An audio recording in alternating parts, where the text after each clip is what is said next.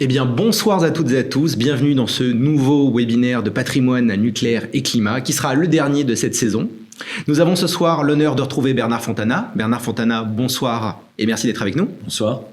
Vous êtes évidemment président-directeur général d'EDF et nous avions déjà eu le plaisir de vous recevoir il y a quelques années lorsque vous étiez à la tête de Framatome. Vous êtes ingénieur de l'armement de formation. Vous avez redonné à cette entreprise son nom d'antan et sa place d'acteur clé de la filière nucléaire mondiale. Vous pilotez aujourd'hui le plus grand programme nucléaire européen, la construction de 6 réacteurs EPR2, toujours en projet et nous y reviendrons.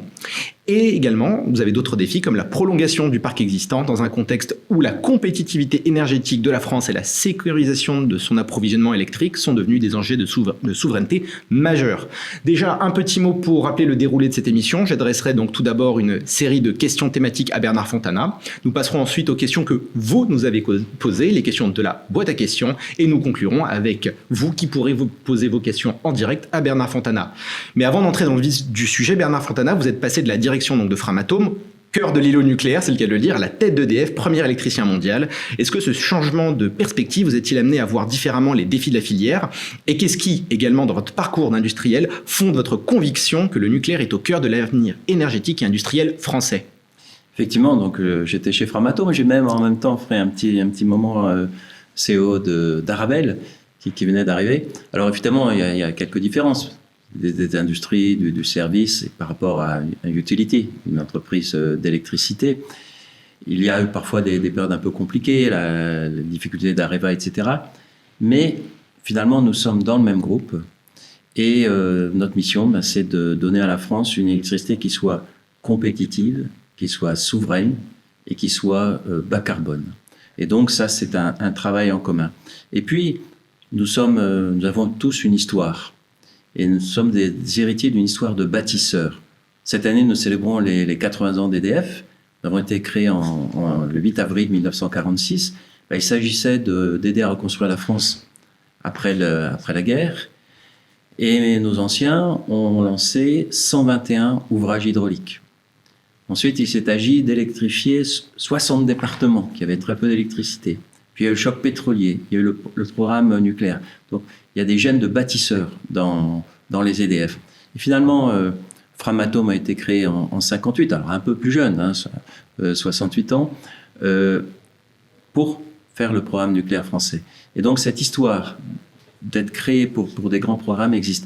Et je parlais d'Arabelle, c'est l'usine Rateau qui est à La Courneuve. C'était M. Rateau qui a fait les premières turbines.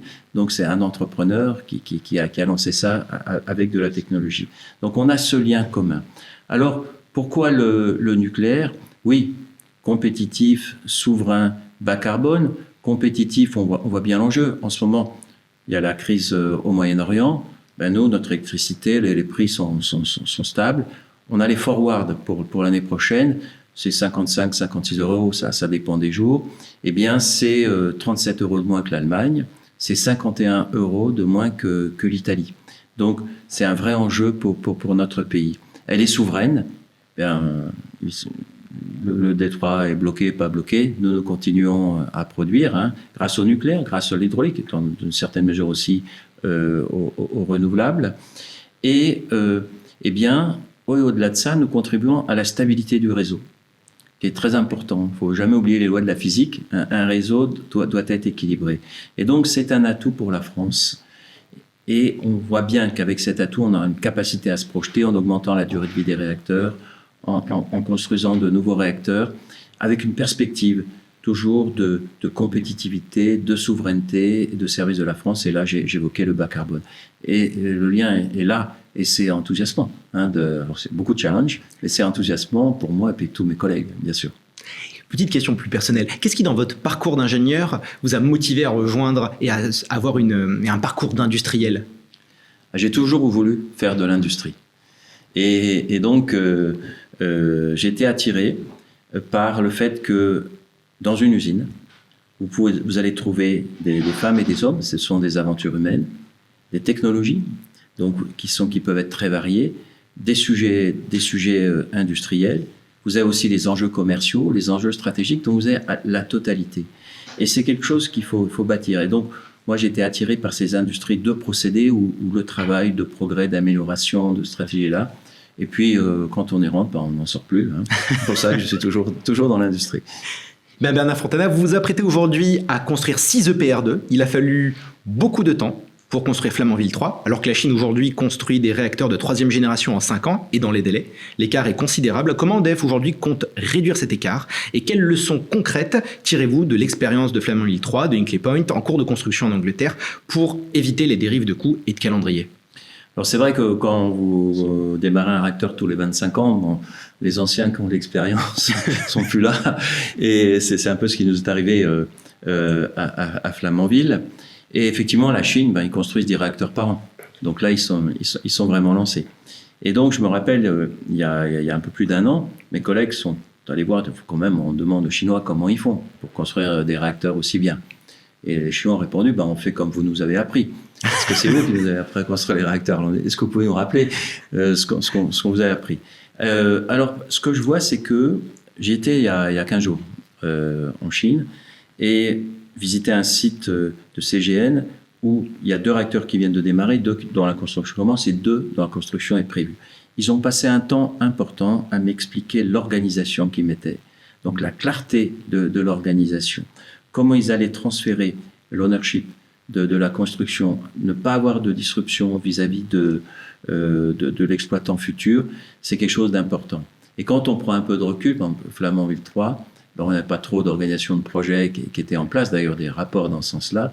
Et c'est pour ça que nous faisons extrêmement attention à mettre en place une maîtrise d'ouvrage bien identifiée, une maîtrise d'œuvre bien identifiée, ce que vous trouvez quand vous faites un programme de sous-marin, par exemple, en France.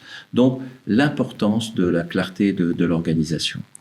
Ensuite, on a des technologies, on sait qu'elles marchent.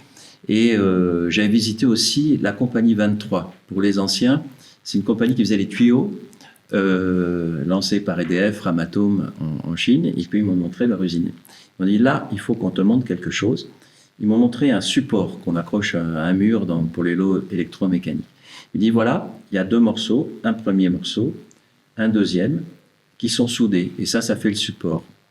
Eh bien, vous, en Grande-Bretagne, à Hinkley Point, vous sous-traitez le premier morceau à une entreprise, le deuxième à une autre entreprise, et puis vous soudez tout ça dans le réacteur. Eh bien, nous, on fait tout sur place et on vous dit que ça va beaucoup plus vite et c'est beaucoup moins cher. Et donc, c'est de cette pensée d'organiser le chantier pour qu'il soit réalisé. Et c'est d'ailleurs une des raisons pour laquelle, dans notre maîtrise d'œuvre, nous avons mis Advanced, l'ingénierie du nouveau nucléaire, nous avons mis la supply chain et la construction. Ce qui fait que tous ces gens ont un but, c'est pas l'un optimiser son achat, l'autre, mais de faire quelque chose qui va être construit. Donc c'est ça qu'il y a derrière. Et alors du coup, nous faisons des benchmarks. Nous avons mis en place une task force en essayant d'aller chercher 72 mois. Et nous visons 88 mois pour la première paire à Panly en disant bon, ça va pas être aussi parfait au début. 76 mois pour la deuxième paire à Gravelines et 72 mois pour la troisième au budget. Mais en s'inspirant de ces enjeux de nos collègues du nucléaire en Chine. Et ce qu'on vise, c'est une réduction de 30% du coût entre la première paire et la troisième paire. Évidemment, une des premières choses quand j'étais sur le site en Chine, ils m'ont expliqué, voilà, on va gagner X% à chaque fois entre eux. Et donc, ils sont mobilisés sur la standardisation, la réplication. Alors, du coup, nous, nos mots d'ordre, on dit sûreté, sécurité, qualité et lead time, c'est temps de cycle, aller plus vite. Et c'est ça la conséquence un petit peu de ces benchmarks que nous faisons. Et c'est important de regagner de la simplification et on a de grosses opportunités là en face de nous. Et j'imagine aussi une fréquence de fabrication également, dans ce que vous disiez en préambule. Oui. Et après, nous avons des enjeux importants. Par exemple, je visitais récemment dans l'est de la France, une unité qui fait ce qu'on appelle les FCC, c'est l'espèce de coffret, conteneur dans lequel on met les combustibles nucléaires. Donc tu me dis, tu vas aller voir, il y a une réception, donc je vais voir, il y avait un technicien qui était là, qui avait fait le coffret. Il m'a expliqué, il s'appelle Jean-Luc. Ça lui a pris quelques semaines pour le faire. Lui, ça fait 30 ans qu'il fait ça. C'était son 200e. Et il y avait en face de lui 5 inspecteurs. Certains d'EDF, certains des FUK, représentants des autorités, etc. Et qui étaient là. Et moi, j'étais le 6e en plus. Et je lui disais comment ça allait. Il me disait bon, je connais, moi, je fais ça de toute ma vie, donc ça marche très bien. C'était au mois d'avril. Par contre, je suis inquiet parce que je ne sais pas si on pourra le livrer avant la fin de l'année, parce que j'ai 15 000 pages à faire et il faut que tout ce monde-là soit d'accord. Et là, je ne suis pas sûr qu'on tienne le délai pour livrer le conteneur qui, de toute façon, est là, donc on va le mettre dans un coin. Donc, on voit aussi les enjeux qu'il y a, les dérives qu'on a pu faire, chacun essayant de bien faire. Et c'est ça qu'il faut regagner, c'est cette vitesse et cette capacité de décision. Bien sûr, en étant mobilisé sur la sûreté, mais en étant efficace. Une question de synergie. Voilà.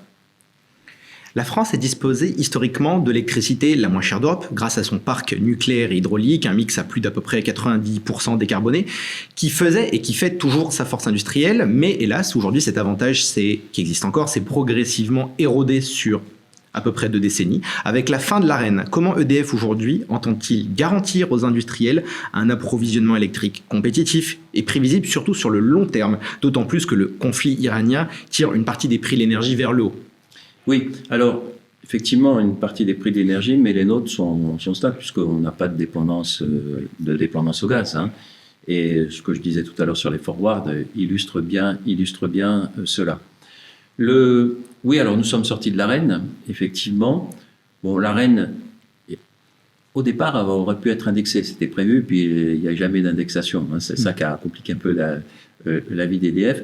Et donc, bien déjà, il faut que les industriels, les Français et les industriels soient convaincus que on les aime bien. On est des partenaires pour eux. Alors, par exemple, il y avait Excelsium qui avait été signé en face d'une centrale nucléaire virtuelle. Ils bénéficiaient de 7 TWh. Donc, ce qu'on leur a proposé, c'est l'idée était d'en faire un Excelsium. Si ça marche ce truc, pourquoi pas le garder? On le garde. Il va pouvoir être attendu déjà jusqu'en 2034 et au lieu de 7 TWh, on en met 10, ce qui permet aux électro-intensifs de travailler sereinement, de se développer, etc. Et puis de voir comment entre eux, ils veulent... Donc, juste de rappeler brièvement pour nos auditeurs et auditrices, qu'est-ce que le consortium Excelsium? Alors, c'est un consortium, effectivement, d'électro-intensifs qui, au départ, préfinançait une centrale nucléaire virtuelle et en échange, ils avaient accès à quelque chose assez proche des coûts de l'ensemble. Et ça existe toujours. Et c'est ça qui... et à la base de la fourniture pour les électro-intensifs. Puis après, entre eux, ils se partagent les droits en fonction de qui peut financer, etc. Donc, première chose. Deuxième chose, nous avons en place des contrats à 3 ans, 4 ans, 5 ans. Je crois que nous sommes les seuls à avoir ces contrats sur le marché, qui fait que vous pouvez acheter sur le marché à terme. Et qui sont les CAPN? Non, qui ne sont pas les CAPN.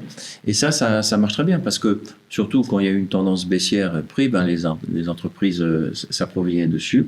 Et il y a plus de 18 000 contrats qui ont été signés. C'est 120 000 sites en France. Et c'est les offres 4-5 ans représentent 30 TWh de consommation annuelle. Alors, en plus de ça, il y a les CAPN, les contrats d'allocation de production nucléaire, qui permettent de donner encore une visibilité encore plus grande, et en gros d'indexer le client plutôt sur le coût du nucléaire que sur le gaz, etc., ou d'autres index. Et parfois des contrats spéciaux. Nous évoquions Aluminium Dunkerque, là c'était un contrat spécial qui avait été... Qui est sur près de 10 ans, si je ne me trompe pas. Qui permet, il y a les bonnes années, les mauvaises années, on associe un peu nos destins. Certains veulent des contrats indexés et nous les signons. Et l'important, c'est souvent de trouver une clause. J'ai en tête un CAPN que nous avons signé récemment sur 18 ans. Le client disait, d'accord, je m'engage, mais moi, dans 10 ans, je ne suis pas trop sûr où je serai. On dit, très bien, on vous met une clause, on fait une petite revoyure et puis indirectement, on ajustera. C'est de mettre à l'aise les industriels. Et c'est la démarche qu'on a. Et c'est vrai, la France a une électricité qui est compétitive, qui est souveraine, qui est bas carbone. Elle est abondante. On en exporte 92,3 TWh l'an dernier. Et donc, l'an dernier, la France a exporté 5 milliards d'euros d'électricité et a importé 60 milliards de fossiles. On voit les enjeux qu'il y a, et c'est d'accompagner, y compris les data centers, qui sont quand même des candidats intéressants pour le futur. Justement, Bernard Fontana, vous avez anticipé ma seconde question qui est sur la réindustrialisation de la France entre les semi-conducteurs, les batteries, on pourrait dire l'ensemble d'une grande partie des projets annoncés autour des environs de Dunkerque, l'hydrogène bas carbone, les batteries, l'aluminium et l'ensemble des unités de recyclage. Tout cela suppose une électricité abondante, décarbonée, à un prix compétitif. Les projections aujourd'hui, notamment pour prendre certains scénarios de réindustrialisation d'RTE, entre autres, tablent sur une électrification qui passe de 20 à 50% dans la demande énergétique finale d'ici 2050. EDF est-il en mesure de répondre à cette, en tout cas, prévision d'explosion de la demande, alors que le parc existant vieillit et que les nouveaux réacteurs ne produiront pas avant 2038 ? Oui, par exemple, donc, la consommation l'an dernier, c'est 450 TWh d'électricité. Nous avons assuré, par exemple, sur le parc nucléaire, 373 TWh. Sachant que nous avons exporté plus de 92 TWh. Nous avons modulé. C'est-à-dire qu'on s'arrête parce qu'il y a de l'offre, etc. Donc, on a vraiment sous pied cette capacité à servir la France. Également, nous avons une situation, et nous travaillons à renforcer ces atouts. On pourrait dire, oui, il y a une offre abondante, dont on lève un peu le pied. Non, il faut être très bon, ça c'est l'orientation. S'occuper des clients et avoir un outil industriel dans l'état optimal. Et c'est quoi ? Qu'est-ce qu'on peut faire ? On augmente la durée de vie des réacteurs. On voit bien qu'on va pouvoir les passer déjà à 60 ans. Après, il faudra effectivement voir d'un peu plus près. Première chose. Deuxième chose, on peut augmenter la puissance des réacteurs. Par exemple, il nous reste encore 900 mégawatts, et on sait que si on les équipe d'une turbine un peu plus puissante, sans toucher la partie amont, la neutronique, eh bien, on va aller pouvoir chercher entre 35 et 50 mégawatts de puissance supplémentaire. Alors, le fabricant de turbine dit 50, l'exploitant dit 35. Je suis allé voir dans la salle de contrôle, c'était 42. Donc, ça se tourne autour de ça. Voilà. Et en plus, ces turbines, on les fait chez Arabelle à Belfort en France. Donc, c'est dans notre structure de coût. Donc, on a lancé ce programme-là. Et puis, on va pouvoir aussi renforcer les 1300 mégawatts. Également, on peut les adapter encore plus aux conditions climatiques. En ce moment, au Blayais, quand la Garonne est à plus de 28 degrés, on nous dit vous n'avez plus le droit de pomper l'eau. Nous, on est très capable d'utiliser l'eau à 28, même plus, pour refroidir nos réacteurs. Mais après, on met quelques degrés et ça réchauffe, c'est un peu chaud pour la Garonne. L'énergie, elle part dans nos aéroréfrigérants, et puis il y a un peu de condensat qui reste. Ce qu'on va faire, on va refroidir les condensats. Dites-nous à combien vous voulez la Garonne. Et on va faire, et à la fois, c'est des fractions de pourcents, mais tout ça s'ajoute et on a cette capacité à fournir la France. Et puis, 6 EPR, c'est 10 gigawatts. Donc, il faut les faire, mais déjà les faire. Et au-delà de ça, on dit 8 de plus, on aurait encore plus l'effet de série, l'effet de compétitivité. Et donc, on travaille en parallèle sur ça voudrait dire quoi d'en faire 8 de plus. C'est pas rien, 8 de plus, parce qu'un industriel qui fournit pour 6, il va aménager son usine. Pour 14, il vous en fait une super compétitive, etc. Voilà, c'est ça qui est en jeu pour nous. Mais il faudrait bien sûr rassurer tout le monde qu'on va délivrer. Justement, je reviens sur la question de la maîtrise industrielle et la reconstruction de la filière. Notamment, vous évoquez une partie des compétences qui n'étaient plus présentes aujourd'hui. Donc, un programme nucléaire, ça mobilise des milliers d'entreprises réparties à peu près, vous me corrigez si je me trompe, mais sur 6 à 8 niveaux de sous-traitance. Si c'est bien cela. Le succès du programme, du plan Messmer, il reposait notamment sur une idée forte qui était l'optimum global d'un ensemble industriel n'a jamais la somme des optimums locaux de chaque entreprise. Cela donc supposait une maîtrise d'œuvre unique, une transparence totale entre sous-traitants et des innovations intégrées par palier. Comment EDF aujourd'hui organise-t-il cette chaîne industrielle pour le PR2 et quel est le bon équilibre entre le rôle d'architecte d'EDF et l'autonomie de ses partenaires ? Je pense à Framatome, je pense que Bouygues sur certaines parties opérationnelles, Arabelle Solutions, PME, ETI et autres entreprises de la supply chain. Oui, donc il y a toute une réflexion sur le faire faire, et effectivement qui passe par une clarification de l'organisation, et j'avais commencé par ça. Donc, il y a des chaînes de sous-traitants, et alors le nucléaire n'a pas perdu toutes ses compétences non plus, quand vous dites EDF à l'international, c'est respecté. Et puis même Framatome et Arabelle, ils sont respectés. Par contre, c'est de mettre tout le monde ensemble pour réussir. Lorsque ça commençait à aller mal, j'ai beaucoup d'estime pour les juristes, mais c'était les juristes qui étaient autour de la table. Hein. Alors les juristes, ils sont très très bien, mais ils ne vous font pas démarrer le réacteur. Et donc c'est de basculer vers un mode de fonctionnement où tout le monde a intérêt à ce que ça marche. Parce que quand vous avez des contrats compliqués, vous ne dites pas vos vrais délais, vous ne partagez pas. Et nous, on parle de value chain plus que de supply chain. Si on met sur la table les choses, et ce qu'on a proposé à notre supply chain value chain, c'est un pacte de performance en disant, écoutez, on va s'entendre pour faire marcher les choses. Bien sûr, si vous faites des très grosses bêtises, à un moment, quand même, on va s'énerver. Mais le but, c'est de travailler ensemble pour gagner du temps, pour aller en efficacité. Ce qui fait que l'état d'esprit, c'est de faire. Et après, bien sûr, on va trouver les accords qui vont bien et de mobiliser tout le monde vers la réussite. Et ça, c'est un grand changement. Ensuite, il faut des personnes. On sait qu'il faut faire entrer 100 000 personnes dans la filière. Il ne faut pas attendre le dernier jour quand la falaise est là pour recruter les gens. Donc, commencer à recruter des personnes, ce que font Framatome, qui recrute 2500 personnes par an, Arabelle s'y met aussi, EDF aussi, et oser anticiper. Alors, nous n'avons pas encore la Final Investment Decision, mais quand même, si vous allez par exemple à Panly, vous allez trouver 1200 personnes sur le chantier. C'est de permettre à la filière de monter en cadence.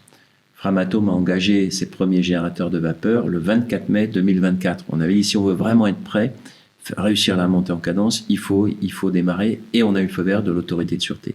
Donc c'est d'embarquer tout ce monde dans des schémas où on va travailler ensemble. Et encore une fois, je parlais de nos anciens, ils étaient bons, hein. C'est comme ça qu'ils ont fait. Hein. Et ça a marché.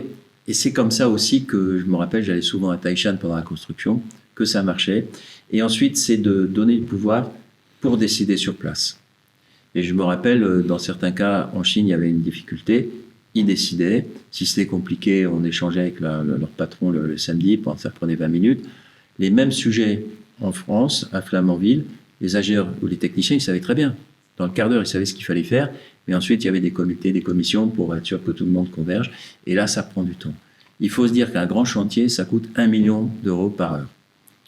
Et donc, si vous prenez 3 mois pour décider, ça fait un peu cher la décision. Et il vaut mieux, dans 90% des cas, mettre les personnes en situation et ensuite aller chasser les délais.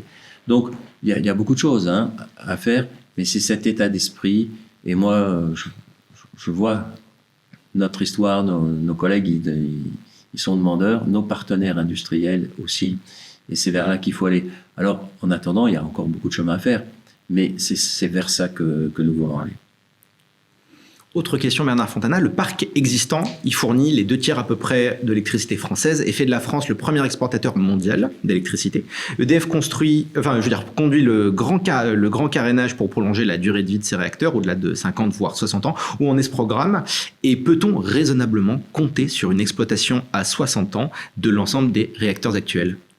Alors effectivement, le parc investit beaucoup, c'est 5 milliards par an. Hein. Bon, la moitié pour la maintenance et puis la moitié pour la mise à hauteur.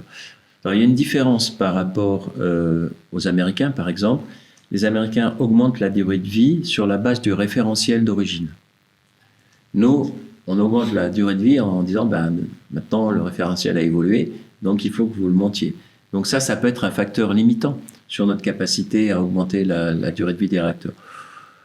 Il y a un travail avec l'autorité de sûreté qui s'exprimera. À titre personnel, j'ai confiance dans les 60 ans. Il faut faire le travail, hein.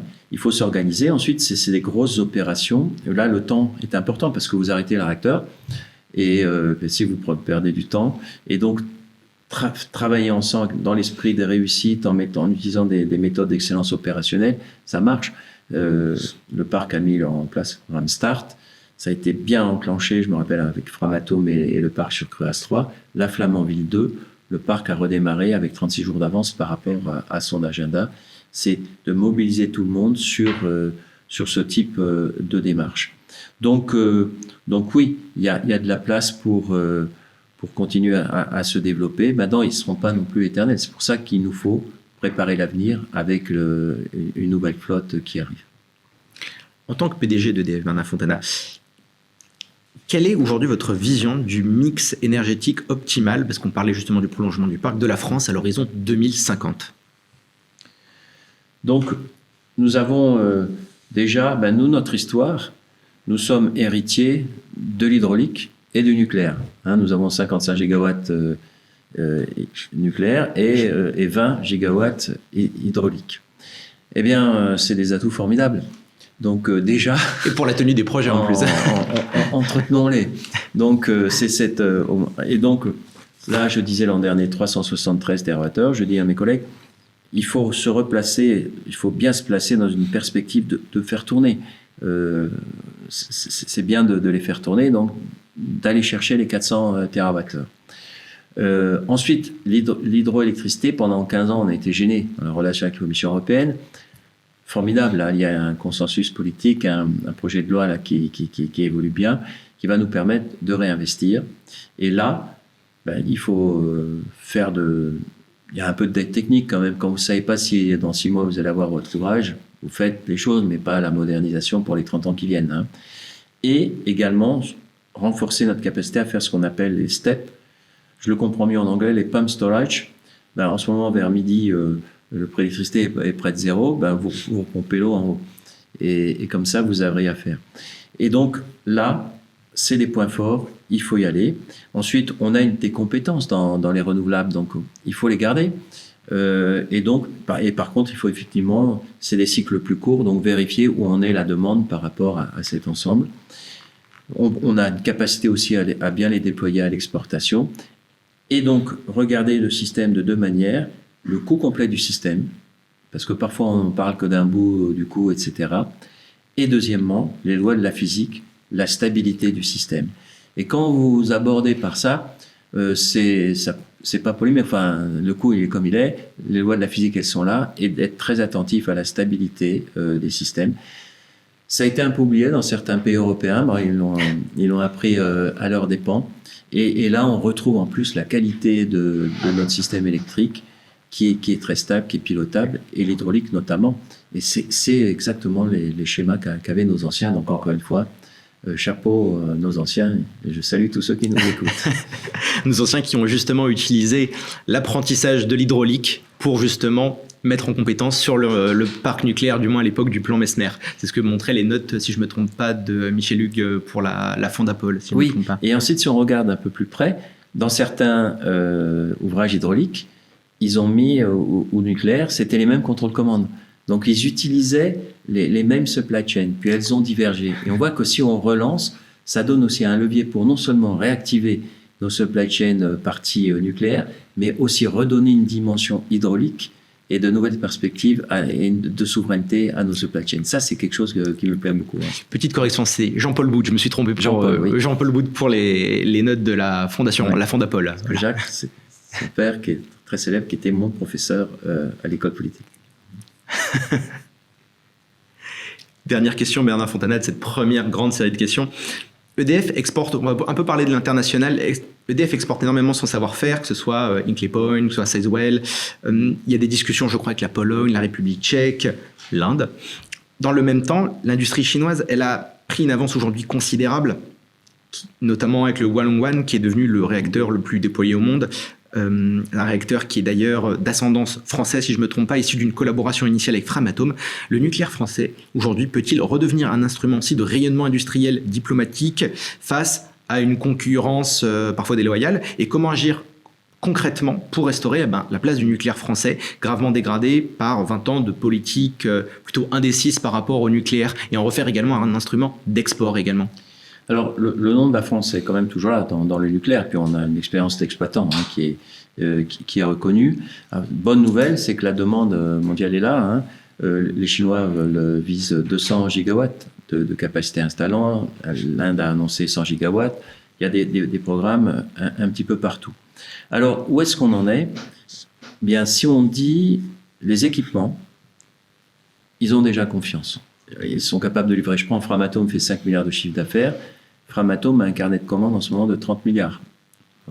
Donc, pour beaucoup à l'exportation, parce que, à force de faire des équipements, de monter en cadence grâce à Flamanville, qui a servi aussi à ça, Taishan, Olkiluoto, Hinkley Point, Sizewell. Donc, il a une commande. Mais Arabelle, qui faisait un peu plus d'1 milliard de chiffre d'affaires, a pris l'an dernier 6 milliards de commandes. Ben, les turbines, c'est la bonne qualité, elles marchent. Donc, on est présent sur des équipements.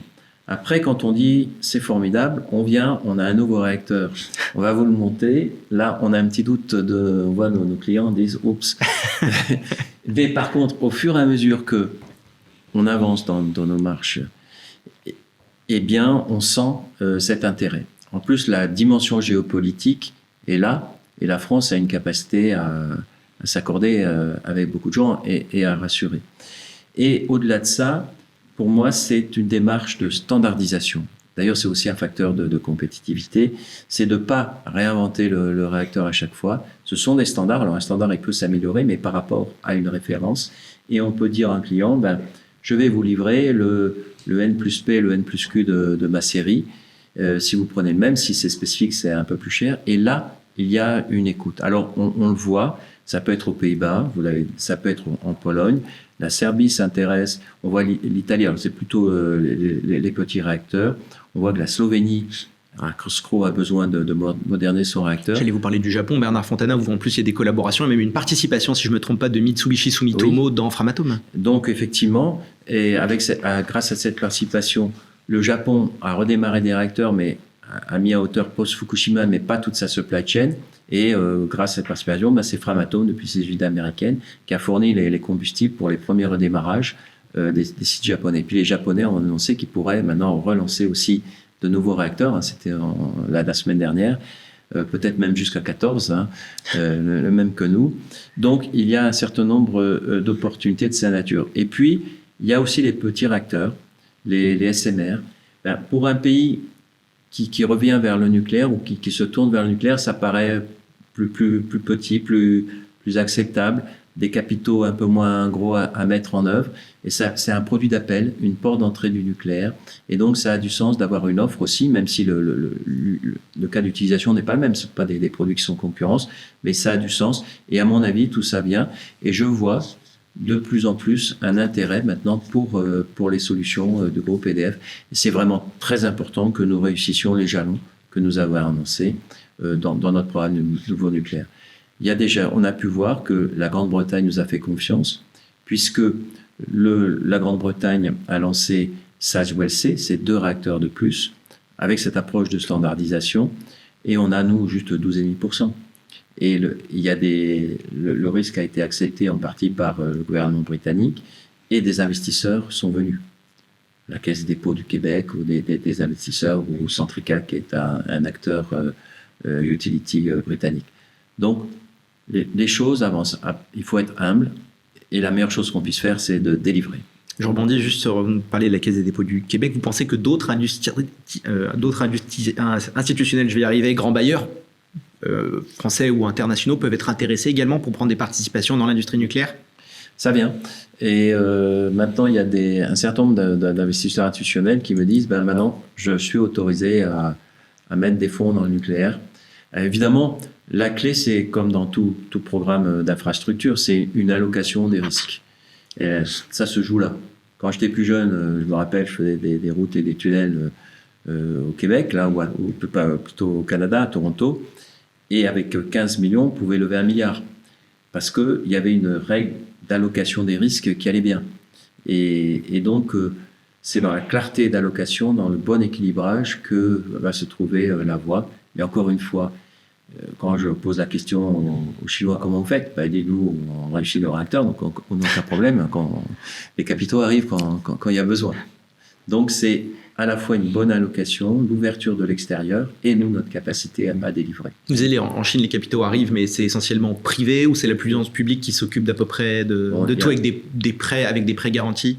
Il y a un peu tout, mais quand même, entre eux, ils se demandent des explications quand il y a des capitaux qui sont engagés. Désormais, nous allons passer aux questions de la boîte à questions, qui sont les questions que vous nous avez posées. Merci Bernard Fontana pour cette première partie. Donc, première question de la boîte à questions. On revient sur les SMR. EDF investit dans les petits réacteurs modulaires, avec notamment le projet Neward. Quel rôle les SMR joueront-ils dans la stratégie d'EDF, notamment à l'international, et sont-ils complémentaires ou concurrents des grands réacteurs EPR2? Qu'en pensez-vous? Donc, effectivement, EDF développe un SMR.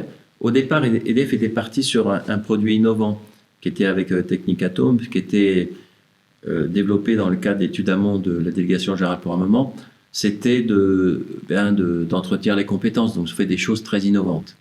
Et c'est recalé, et je rends hommage à mon prédécesseur pour ça, sur des technologies matures qui existent. Et maintenant, on se focalise sur la constructibilité, le délai de construction. Donc, nous allons passer des cycles de gouvernance, mais nous croyons en celui-là. Alors, au début, on voulait tout faire avec les SMR. Il y a des cas où c'est davantage mis en valeur. Quand, par exemple, vous avez la capacité à utiliser la chaleur, les lois de la physique font que c'est davantage compétitif. Et parfois, dans des contraintes de réseau, etc., ou d'engagement de capitaux. Donc, nous allons mettre sur le marché ce SMR dans une entreprise et nous allons souhaiter la contrôler par la propriété intellectuelle, mais nous allons inviter les investisseurs européens à prendre des tickets, idéalement même à nous diluer, ce qui fait qu'on va pouvoir leverager de la dette sans impacter le bilan d'EDF. Et nous sommes présents aussi via Framatome et Arabelle, parce qu'il y a une centaine de projets dans le monde entre les SMR, les Advanced Reactors, etc. Et ils sont présents dans 30% des projets avec des briques technologiques. Donc ça donne une bonne vue. Donc à mon avis, il y aura une place et c'est pas l'un contre l'autre. Hein. C'est pas tout à fait le même rôle. Par exemple, il y a des villes qui souhaitent des systèmes de chauffage, des ports qui ont des zones de développement avec de la consommation de vapeur. Ben, c'est des cas qui sont intéressants pour ça. Et une difficulté d'avoir accès à des réseaux parce qu'il faut qu'ils s'attendent 10 ans ou 15 ans pour que ça vienne. Je pense à un pays un peu plus au nord de nous. Et bien là, c'est des bons cas d'application. Je passe à la question suivante, qui est sur la Commission européenne. La Commission européenne a ouvert début mai une consultation publique sur le financement du programme EPR2 après avoir lancé une enquête approfondie sur les aides d'État françaises à EDF. Elle reconnaît la nécessité d'un soutien public, mais s'interroge sur la capacité proportionné du dispositif, c'est-à-dire un prêt couvrant à peu près 60% des coûts de construction, contrats sur différence et clauses de partage des risques entre l'État et EDF. La consultation s'est clôturée le 7 juin. Où en est-on et qu'est-ce que cela implique pour le calendrier du programme? Qu'en pensez-vous? Oui, alors nous sommes mis rapidement d'accord avec l'État sur le financement, c'est-à-dire qu'on bénéficie d'un prêt qui vient de la Caisse des dépôts d'ailleurs. Hein. Et l'aide qu'on a, c'est que le prêt est bonifié dans ce sens que on rembourse les intérêts et les principales quand le réacteur tourne. Quand on secrète du cash, en quelque sorte. Hein. Prenez Flamanville, la moitié du coût, c'est les frais financiers. Et également, nous avons bénéficié d'un contract for difference, c'est-à-dire que on ne sait pas exactement où sera le prix. Il est dans une certaine borne. Si le prix est en dessous, l'État ajuste le complément. S'il est au-dessus, c'est pour l'État. Et c'est ce dispositif-là qui est audité. Bon, alors, il y a une ouverture. Les résultats, les réponses sont très nombreuses de nombreux pays qui sont venus dire on en a besoin justement pour la compétitivité, pour la stabilité du système européen, pour la souveraineté. Pour vous donner une idée, EDF, avec son nucléaire, mais aussi un peu son hydraulique, c'est 1/3 des machines tournantes de l'Europe de l'Ouest. Et on a besoin de ça pour contribuer à la stabilité du réseau. Et donc, si on n'est plus là, les week-ends vont être compliqués dans un certain nombre de pays. Je fais une blague de temps en temps avec mes collègues, je dis si on partait tous en pique-nique un week-end, ce serait compliqué pour l'Europe de l'Ouest. Donc, ces arguments. Maintenant, il va y avoir ces discussions et l'important pour nous, c'est de trouver un bon équilibre et puis de ne pas retarder une décision de lancement qu'on souhaite d'ici la fin de l'année. Je passe à la question suivante, Bernard Fontana, qui est sur la question de l'upstream, de l'amont de la chaîne de valeur et de la maîtrise du cycle du combustible et de la matière première notamment. Notamment donc la maîtrise du cycle du combustible, enrichissement, fabrication, retraitement a été un pilier de la souveraineté nucléaire française depuis un certain temps. À l'heure où les ressources en uranium restent un enjeu géopolitique et où le projet CIGEO avance, comment EDF aborde la question du cycle du combustible et du stockage dans une stratégie à long terme? Oui, déjà, nous avons des stocks stratégiques. On ne dit pas combien, mais on a des stocks stratégiques. Bien sûr, j'aurais dû citer aussi Orano, qui participe de la souveraineté et de la diversification. Nous avons une politique de diversification qui est en place et d'approvisionnement et qui fonctionne. Il y a le moxage, donc le recyclage que fait Orano, qui va avoir besoin aussi de moderniser ses installations dans la mesure où on augmente la durée de vie, puis on investit pour de nouveaux réacteurs. Et donc là, en Conseil de politique nucléaire, le président de la République a réactivé la notion de fermeture du cycle avec les réacteurs rapides. Et ce dont il s'agit maintenant, nous avons une équipe qui travaille avec le CEA, Orano, Framatome et EDF pour préparer une proposition. Bon, il faut quand même étudier ça bien correctement. Et l'idée, c'est que la modernisation d'Orano se fasse de façon cohérente avec une option de fermeture du cycle. Quand aussi vous avez pensé avant de le faire, finalement, c'est pas beaucoup plus coûteux, mais ça donne la possibilité à un chef d'État de décider la fermeture du cycle. Et ça peut rassurer tout le monde parce que dans nos combustibles usés, on a pour plus de 1000 ans de combustible avec ce type de technologie. Donc dans mon esprit, ça se fera. C'est le phasage dans le temps, ça relève des décisions de la présidence de la France. Et nous devons mettre sur la table ces options. Et la France a gardé cette capacité, cette compétence. D'ailleurs, le Japon, qui s'est lancé qui croit à la fermeture du cycle, avait passé des contrats aux équipes françaises. Et bonne nouvelle, ils semblent converger vers les mêmes technologies que les nôtres. Donc, on a une capacité également à s'entraider en matière de financement, etc. Dernière question de la boîte à questions, Bernard Fontana, qui est sur votre vision en tant qu'industriel. Entre les CAPN, les nouveaux contrats d'allocution de production nucléaire, les contrats long terme que vous avez évoqués, notamment Aluminium de Dunkerque, ou encore le consortium Excelsium, ainsi que les instruments de la boîte à outils européenne et nationale, quelle est aujourd'hui, selon vous, la meilleure façon de garantir une électricité à prix compétitif, notamment aux hyper-électro-intensifs et électro-intensifs français sur le long terme? Bien, c'est déjà de leur donner une visibilité. Sur le prix, c'est ce que nous faisons. Et donc, ça c'est une chose importante. Après, c'est toléré, donc ça passe. Donc, autant utiliser ces mécanismes-là. Ensuite, il y a des interconnexions. C'est un sujet que vous aimez bien. Hein. Je suis vos actions. Donc, on en bénéficie, mais il faut être attentif, etc. Et aujourd'hui, les règles ne permettent pas de faire des contrats transfrontières de plus d'un an, en quelque sorte. Et à mon avis, il faut qu'on trouve un moyen, entre partenaires, il peut y avoir de part et d'autre de frontières, de dire, allez, tu contribues au financement de mon nouveau réacteur, je te garantis 10 ou 20 TWh pendant 20 ans, et trouver l'espace pour retrouver cet esprit de coopération. Et d'ailleurs, encore une fois, nos anciens, quand ils ont construit le parc, ils ont passé des accords pour chaud avec la Belgique, pour budget, je crois, avec la Suisse. Et c'est de retrouver cette capacité à contracter et à optimiser ce qui est sur une assiette un peu plus large. Donc les outils sont nombreux. Et au-delà de ça, pour moi, le vrai sujet, c'est la confiance qu'il y a entre on est les partenaires, on est l'électricité des Français, et que l'industriel, il sache que nous, on est là pour qu'il soit là, qu'il se développe. Et d'ailleurs, à l'occasion de nos 80 ans, on a fait une publicité EDF en bleu, blanc, rouge. On est l'électricité des Français, on est là pour vous. Et vous pouvez compter sur nous et on compte sur vous pour vous électrifier. Merci beaucoup Bernard Fontana pour ces 2 premières parties. Désormais, nous allons passer aux questions que vous allez poser à Bernard Fontana en direct. Donc nous attendons vos questions et je vois qu'il y a énormément de questions. Donc Bernard Fontana, première question. Peut-on envisager des pompes à chaleur industrielles dans les cours d'eau en aval des centrales nucléaires pour récupérer la chaleur et refroidir les cours d'eau? Elle est très précise celle-là. Alors, c'est bien vu. Vous savez que mon ambition de refroidir le cours d'eau, c'était juste de reprendre les condensats des aéroréfrigérants, comme on le fait à Civaux d'ailleurs. Hein. Ça marche. Après, on peut tout envisager, mais je pense qu'on va s'adapter aussi aux cours d'eau tels qu'ils sont. Moi, je vois plutôt comme ça. Mais c'est vrai que derrière cette question, c'est la question de l'eau, qui est absolument centrale. Jusqu'ici, on prend l'eau, on la pompe, on la rend. L'exigence vis-à-vis de l'eau, ce sera le plus important. Les glaciers dans les Alpes, ils fondent. Donc, on peut s'attendre à un petit peu moins de débit, une eau un peu plus froide. Dans la Loire, il peut y avoir maintenant des algues, des choses comme ça. Et donc, c'est toute une réponse technologique pour nous équiper, pour nous adapter. J'avais pas encore pensé jusqu'à mettre en place un système pour refroidir les fleuves, hein, au-delà que pour nous autoriser à tourner. Mais merci à l'auditeur. Si vous me donnez son nom, je vais réfléchir et je vais le contacter. On fera ça. On demandera à l'auditeur, Clément, s'il te plaît, de se manifester. Autre question, est-ce que l'accélération en 2026 des heures à prix négatif ne représente pas un risque pour les investissements et le coût complet de l'électricité? Qu'en pensez-vous?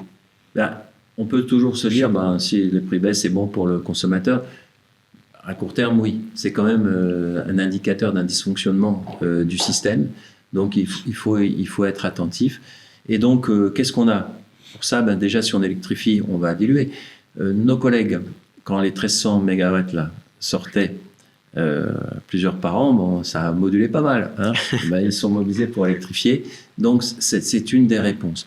L'autre réponse, c'est de quand même se donner des règles, parce qu'on peut moduler, mais peut-être se définir des limites, de voir que ce faisant, dans le système actuel, on a des manques à gagner, et de se poser la question, à coût constant pour le consommateur, est-ce qu'on ne peut pas déplacer un certain nombre de financements qui vont financer ceux qui contribuent à déstabiliser pour mieux rémunérer le service qu'on rend au système?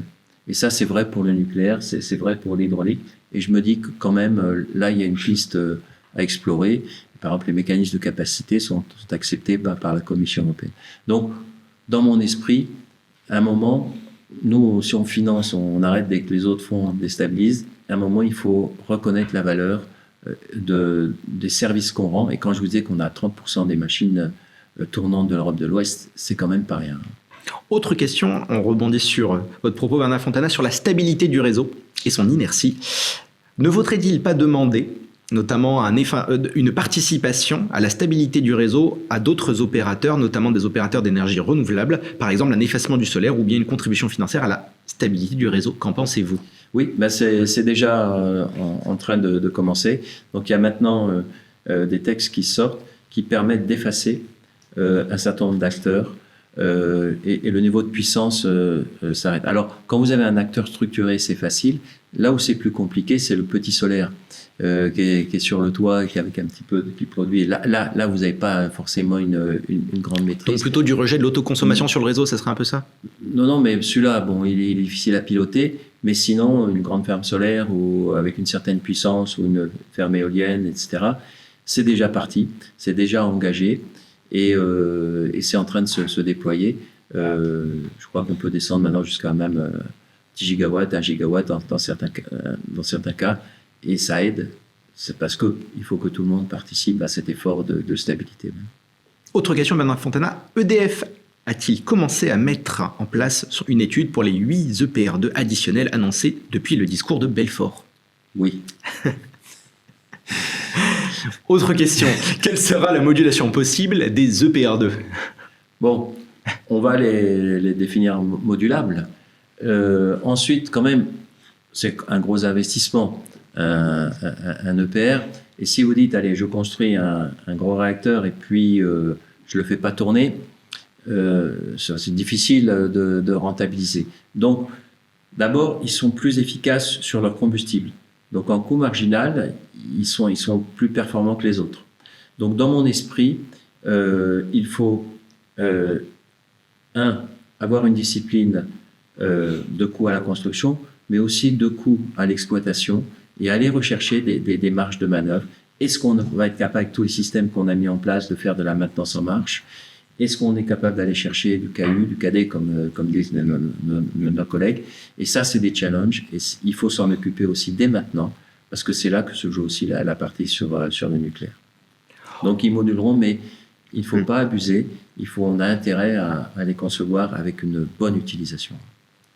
Autre question, OPR2 en France, d'autres projets à l'export. Est-on capable aujourd'hui de tout mener de front? EDF n'a-t-il pas des limites de ressources humaines? Qu'en pensez-vous? Alors, ça dépend. Par exemple, l'ingénierie, je revois, bien sûr, on a des limites. Hein. Et en même temps, plus on en fait, plus on est bon. Hein. Par exemple, entre Sizewell et Hinkley Point, l'ingénierie sur Sizewell, c'est 20% de l'ingénierie sur Hinkley Point. Donc, parce qu'on a une capacité à répliquer ou à standardiser. Et donc, à partir du moment où on est dans un schéma de standardisation, on est assez économe en ressources, puis on apprend progressivement. Après, c'est d'évaluer la capacité de l'EPC ou l'EPCiste ou de construction locale. C'est là que se joue la clé et la capacité à mobiliser suffisamment d'équipes. On pourrait penser que là, les Français vont être bien occupés en France, mais il peut y en avoir d'autres dans d'autres pays. Et c'est là, à mon avis, le critère d'attention, c'est au côté EPC sur les investissements à l'étranger. Et puis, on peut aussi faire des partenariats dans certains. C'est ce que j'allais vous demander, oui, justement. Pour travailler dans ce sens-là. Est-ce que la planification des prolongations d'anciens réacteurs et celle des nouveaux réacteurs permet d'effacer l'effet falaise de l'obsolescence des anciens réacteurs construits sur une dizaine d'années? Qu'en pensez-vous? Il y aura un moment un peu un effet falaise. C'est pour ça qu'il faut mieux pas trop attendre, hein, et lancer les réacteurs. Et puis là, il y a eu un réapprentissage avec le Flamanville, Olkiluoto, Hinkley Point. Ça qui a été coûteux. Et donc, il faut rester sur cette dynamique. Je me rappelle, j'avais été invité par l'Académie royale des sciences à Londres. Et ils avaient dit, finalement, ils comptaient faire à l'époque, c'était Sizewell, ils comptaient en faire 5, ils en ont fait juste 1. Ils disaient, ça a été la grosse erreur parce qu'on a payé l'ardoise, on savait les faire, et puis du coup, on n'en a plus fait. Et donc, c'est d'avoir une capacité à les faire de façon continue. Dans ma tête, c'est 1 tous les ans ou 1 tous les 18 mois. Ça, c'est un bon rythme pour la France. Alors, pour la France et ou aussi pour les exports, dans une logique de standardisation. Et là, il faut être absolument rigoureux sur l'aspect standardisation. Autre question, Bernard Fontana, on revient sur la modulation. L'État aurait demandé à EDF de lui indiquer quelle serait la limite acceptable pour la modulation du parc nucléaire français. Si cette demande est avérée, quand sera-t-elle communiquée au gouvernement et sera-t-elle rendue publique? Il y a toute une... d'abord, la priorité qu'on donne, c'est la sûreté. Hein. Ensuite, on voit que si vous arrêtez un réacteur, vous n'allez pas redémarrer dans les 5 minutes qui suivent. Et donc, à ce moment-là, il y a besoin aussi de cette capacité de stabilité du système. Donc ça, à mon avis, l'équation va venir par là, hein, de maintenir suffisamment de réacteurs pour la stabilisation du système. Et ce que j'ai demandé à mes collègues, de dire, et si on modulait 20 TWh de moins, ça voudrait dire quoi dans nos règles de priorisation des activités? Ça voudrait dire quoi dans le déplacement des revenus?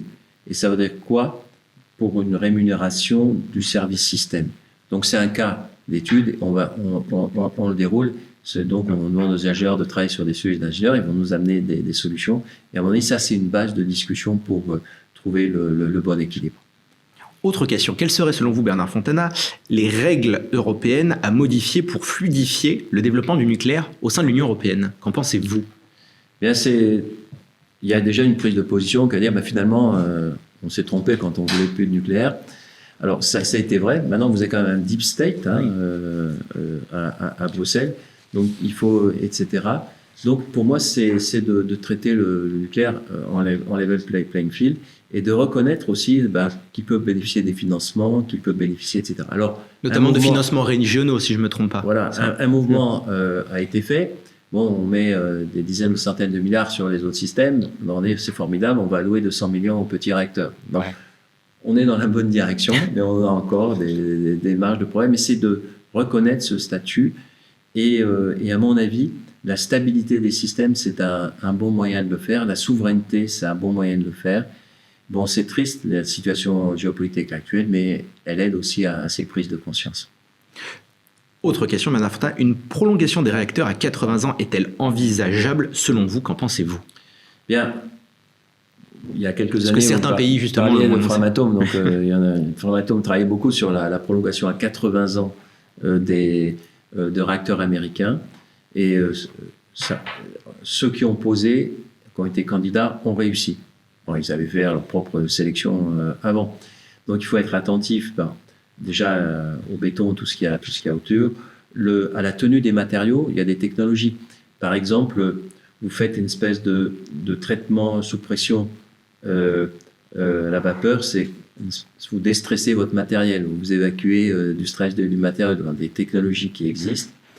Maintenant, il y a des pratiques, des constructions de montage. Donc, oui, la question est tout à fait recevable. Maintenant, il faudra l'évaluer à la fois au regard du fait que nos référentiels, eux, changent, alors que les autres sont jugés sur des références du passé. Parfois, vous pouvez avoir des zones des logiques de référentiel du passé, plus forcément nécessairement les mêmes que maintenant, de la manière dont ils ont construit, exploité. Je pense que quelques-uns pourront y arriver, on ne peut pas dire que tous pourront y arriver.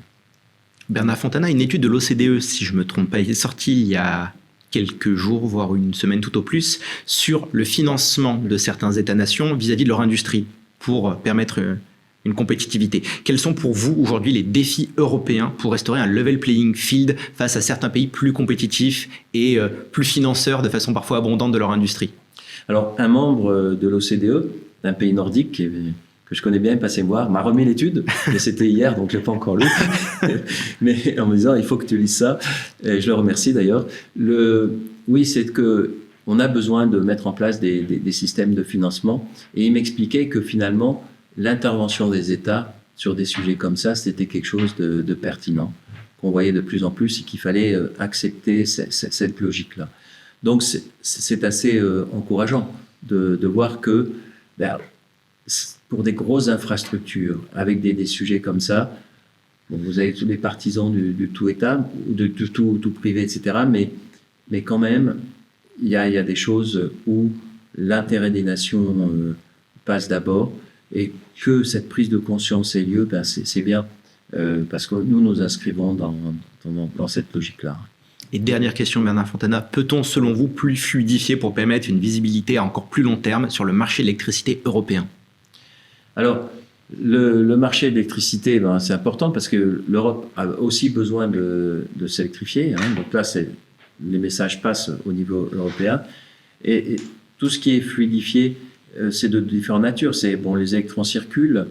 Donc, oui, ils peuvent circuler. On en bénéficie, on exporte. Mais il faut faire attention. Il y a des règles de stabilité à prendre au niveau des pays. On ne peut pas juste envoyer son instabilité auprès du voisin. Il y a des règles pour faire des optimisations entre pays que j'évoquais, des règles de reconnaître les services qui sont rendus, qui sont là. Donc ça, c'est un premier élément. Un deuxième élément, c'est la rapidité d'action, la rapidité de déploiement et d'exécution des programmes quand ils sont pris. Et là, on a encore des marges de manœuvre. Oui, donc il y a beaucoup de sujets. Et enfin, la manière dont on contrôle. Je vous donne un dernier exemple. J'espère que... Bien sûr, on est toujours dans les temps. On a récupéré les turbines Arabelle de GE avec des contrats pour EDF, pour les Américains, les Russes. Pour l'ensemble de la salle des machines, vous avez des points d'arrêt. Chez nous, chez Arabelle ou chez ses fournisseurs, où vous arrêtez l'usine 2 jours avant, vous faites tout bien, il y a un contrôleur qui vient, il fait un tampon, etc. Eh bien, pour les Américains et les Russes, il y a 500 points d'arrêt. Pour EDF ou EDF Energy UK, il y a 27 500 points d'arrêt et 52 mois de plus. Eh bien, voilà le genre d'approche. Alors, ça peut être en France, ça peut être nous-mêmes, les propres. C'est reconquérir la maîtrise des temps. Et donc, la fluidification, c'est à tous les niveaux que ça peut se faire. D'où cette obsession, je dis toujours, sûreté, sécurité, qualité et lead time. Il faut aller plus vite. Eh bien, Bernard Fontana, à nouveau, merci d'avoir été avec nous ce soir. Merci pour cet échange passionnant. Merci également à vous toutes et tous qui nous avez suivis et qui nous suivront très certainement en replay. De Pierre Massé et Marcel Boiteux au programme EPR2, en passant par Michel Hugues et le plan Messmer, l'histoire de l'électricité française nucléaire et celle d'une maîtrise industrielle qui a fait et qui fait et fera la force du pays. L'enjeu pour Bernard Fontana, qui a été avec nous, et pour EDF, est de renouer avec cette tradition d'excellence dans un monde où la compétitivité énergétique déterminera la souveraineté et la prospérité des nations. Bonsoir à tous et tous et à très bientôt. Merci. Pour nos collègues, je leur dis fier d'être EDF. Merci Bernard Fontana. Merci.